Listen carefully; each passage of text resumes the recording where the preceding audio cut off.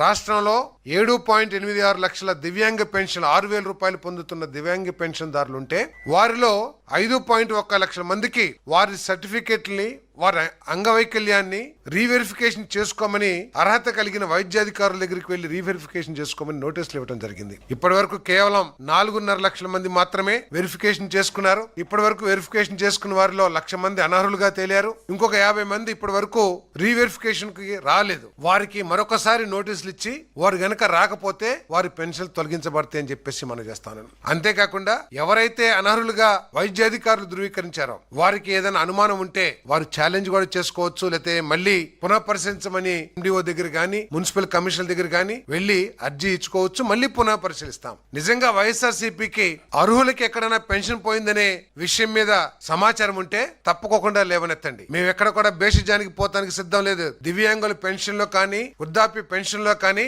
మేము ఎక్కడ కూడా బేషిజానికి పోతానికి సిద్ధంగా లేము. బేషిజానికి పోవాల్సిన అవసరం కూడా మాకు లేదని చెప్పేసి మనం చేస్తా ఉన్నాను. కానీ అర్హత ఉన్నవాడికే పెన్షన్ ఇవ్వాలనేది ఈ ప్రభుత్వం యొక్క లక్ష్యం అని చెప్పేసి మనం చేస్తా ఉన్నాం.